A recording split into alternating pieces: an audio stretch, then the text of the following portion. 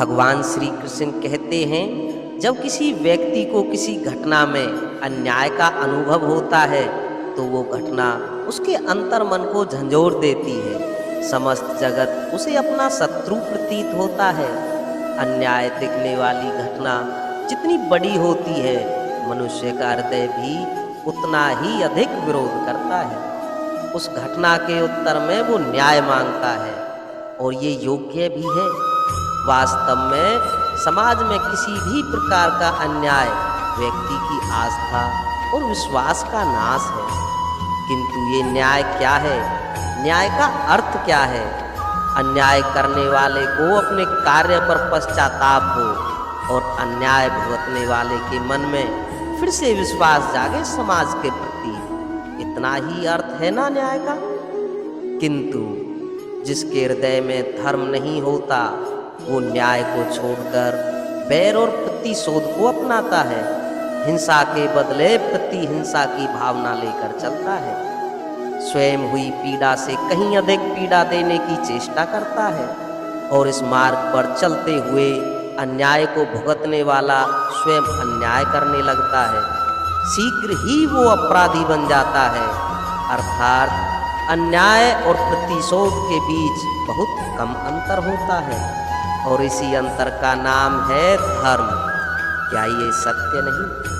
व्यक्ति को जब उसके अपराध का दंड मिलता है, तब कभी कभी उस न्याय को देखकर मन कचोटता है। प्रश्न उठता है मन में कि जब वो अपराध हुआ था तब व्यक्ति भिन्न था।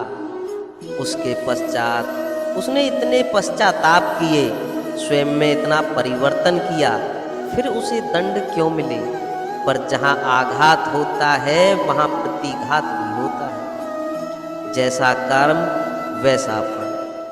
यदि किसी को प्रेम दोगे तो सुख प्राप्त होगा, यदि किसी की हत्या करोगे तो मृत्यु दंड मिलेगा।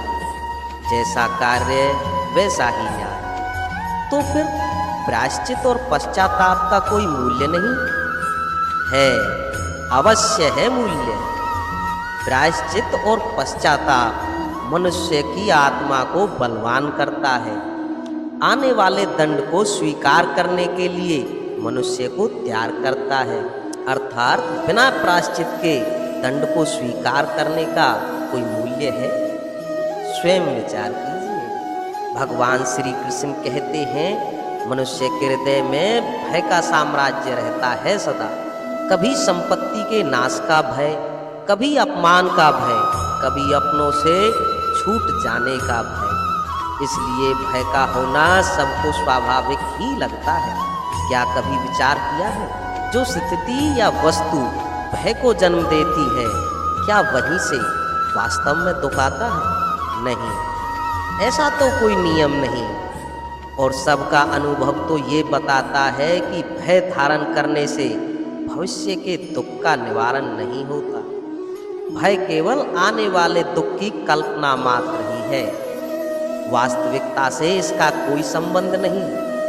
तो क्या ये जानते हुए भी भय कुछ और नहीं, केवल कल्पना मात्र ही है? इससे मुक्त होकर निर्भय बन पाना क्या बहुत कठिन है? सपनों और पूर्व आभासों के तौर पर हम भविष्य के सुख दुख की कल्पना करते हैं। भविष्य के दुख का कारण दूर करने के लिए हम आज योजना बनाते हैं, किंतु कल के संकट को आज निर्मूल करने से हमें लाभ मिलता है या हानि पहुंचती है, ये प्रश्न हम कभी नहीं करते। सत्य तो ये है कि संकट और उसका निवारण साथ जन्मते हैं, व्यक्ति के लिए भी और सृष्टि के लिए। आप अपने भूतकाल का स्मरण कीजिए, इतिहास को देखिए। आप तुरंत ही जान पाएंगे कि जब जब संकट आता है तब तब उसका निवारण करने वाली शक्ति भी जन्म लेती है। यही तो जगत का चलन है। वस्तु का संकट ही शक्ति के जन्म का कारण है। एक व्यक्ति जब संकट से निकलता है तो एक पग आगे बढ़ा होता है, अधिक चमकता है, आत्मविश्वास से अधिक भरा होता है, ना केवल अपने लिए अपितु विश्व के लिए भी। क्या ये सत्य नहीं? वास्तव में संकट का जन्म है एक अवसर का जन्म। अपने आप को बदलने का, अपने विचारों को ऊंचाई पर करने का अवसर, अपनी आत्मा को बलवान और ज्ञानमंडित करने का अवसर। जो ये कर पाता है उसे कोई संकट नहीं होता, किंतु जो ये नहीं कर पाता वो तो स्वयं संकट है विश्व के लिए। भगवान श्री कृष्ण कहते हैं, जीवन का हर क्षण निर्णय का क्षण होता है।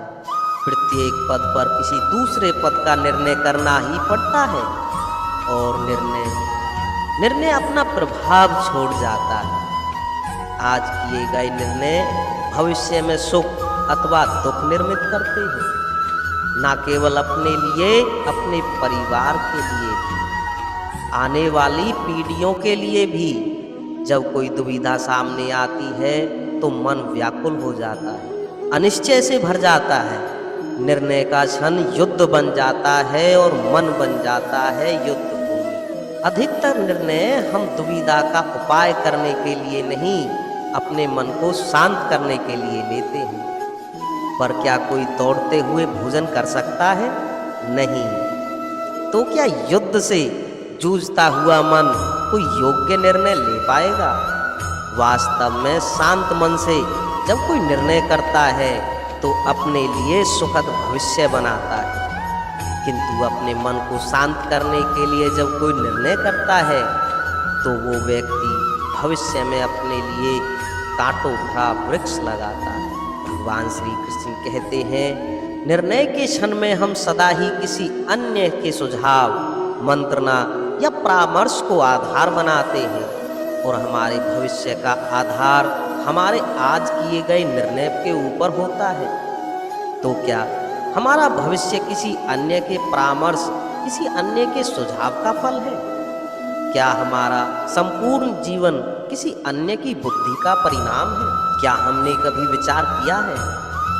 सबका अनुभव है कि भिन्न भिन्न लोग अलग अलग स्थिति में भिन्न भिन्न परामर्श देते हैं। मंदिर में खड़ा भक्त कहता है कि दान करना चाहिए, और एक चोर कहता है कि यदि अवसर मिले तो इस मूर्ति के श्रृंगार को चुरा।